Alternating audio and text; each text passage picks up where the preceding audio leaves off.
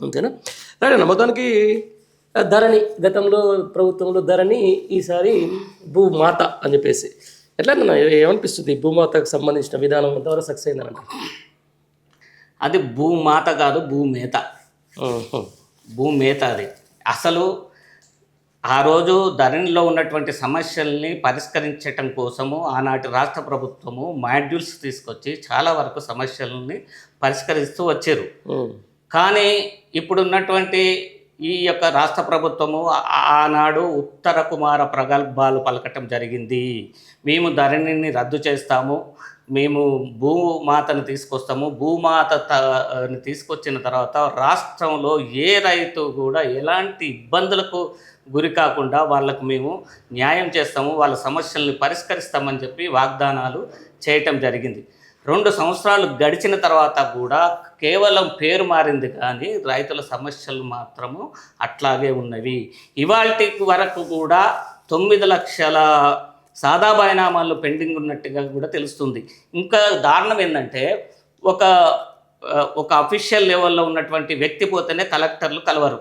ఒక రైతు పోతే కలెక్టర్ కలుస్తాడా? రైతు మాటలు వింటాడా? రైతు సమస్యలను పరిష్కరిస్తాడా? అసలు రైతులను కలిసేంత తీరిక ఏ కలెక్టర్కి ఉంది ఈ రాష్ట్రంలో? ఏ రెవెన్యూ అధికారికి ఉంది? ఎంతమంది రైతులు ఇప్పటికీ కూడా రెవెన్యూ ఆఫీసుల చుట్టూ వాళ్ళ సమస్యలని పరిష్కరించుకోవటం కోసం తిరిగి విసిగిపోయి ఉన్నటువంటి సందర్భాన్ని ఈరోజు చూస్తున్నాం. ఏదో తెలంగాణలో ఉన్నటువంటి అన్ని సమస్యలని మేము పరిష్కరిస్తామని చెప్పి ప్రజా దర్బార్ పెట్టి, ప్రజా దర్బార్ ఏమైంది ఇవాళ? ప్రజా దర్బార్లో వచ్చినటువంటి లక్షలాది అప్లికేషన్స్ని మీరేం చేసి తీసుకుపోయి మూసలో పడేసారు. ఎన్ని అప్లికేషన్స్ను మీరు, ఎన్ని దరఖాస్తులను మీరు పరిశీలించారు, ఎన్ని దరఖాస్తులను మీరు సాల్వ్ చేశారు అంటే ఆన్సరే లేదు ఈ రాష్ట్ర ప్రభుత్వం దగ్గర. అంతా ఉత్తదే. ఇదంతా అరచేతిలో స్వర్గం చూపించారు. కథం ఎక్కడ వేసిన గొంగలి అక్కడనే భూమాతలో ఉన్నది. అంతేనా? అంటే ఎట్లున్నది ఏంటి తేడా గమనించారు అసలు? అప్పట్లో ఉన్న ధరణికి ఇప్పుడు మాత అని చెప్పేసి విధానానికి మొత్తం అసలు సమస్యలు పరిష్కారం అవుతున్నాయి, ఎవరి భూములు వాళ్ళకే ఇస్తున్నామని చెప్పేసి చెప్తున్నారు కదా ఇప్పుడున్నటువంటి మంత్రి పొంగులేటి గారు. నేను ఏమంటున్నా అంటే రెవెన్యూ మంత్రికి నిజం చెప్పాలంటే ఈ యొక్క భూ సమస్యల మీద అసలు ఆయనకు సరైనటువంటి అవగాహన లేదు. ఒక మంచి వ్యక్తులతోటి, ఒక 5 వ్యక్తులతోటి కమిటీ వేశారు, భూమి సునీల్ లాంటి వాళ్ళతోటి. కానీ వాళ్ళు కూడా ఆ సమస్యల్ని పరిష్కరించటం కోసం ముందుకు పోదామంటే వాళ్ళ కాళ్ళు ముందుకు పడనీయకుండా రాష్ట్ర ప్రభుత్వమే చేస్తుంది.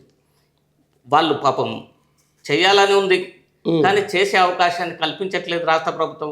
ఎక్కడ ఫలాని జిల్లాలో మేము భూ సమస్యలు లేకుండా మేము పరిష్కరించినాము, ఎక్కడ సరిహద్దు సమస్యలు లేవు, ఎక్కడ డాక్యుమెంటేషన్ సమస్యలు లేవు. అంతెందుకండి, ధరణి భూమాత పాస్బుక్స్కు ఇంకా 1,00,000 పాస్బుక్లు పెండింగ్లో ఉన్నాయి.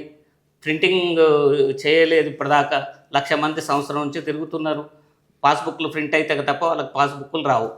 ఎక్కడ వేసిన గొంగలి అక్కడే ఉన్నది. భూమాతలో ఎలాంటి సమస్యలని రాష్ట్ర ప్రభుత్వం పరిష్కరించలేదు, పరిష్కరించాలనే ఉద్దేశం కూడా వాళ్ళకు లేదు. ఎక్కడ భూముల మీద ఏ సమస్యలు ఉన్నాయో ఆ సమస్యల్ని పట్టుకొని రాజకీయ నాయకులు వాళ్ళు లబ్ధి పొందడానికి మాత్రమే రోజు జరుగుతున్నటువంటి వాళ్ళ పోరాటం.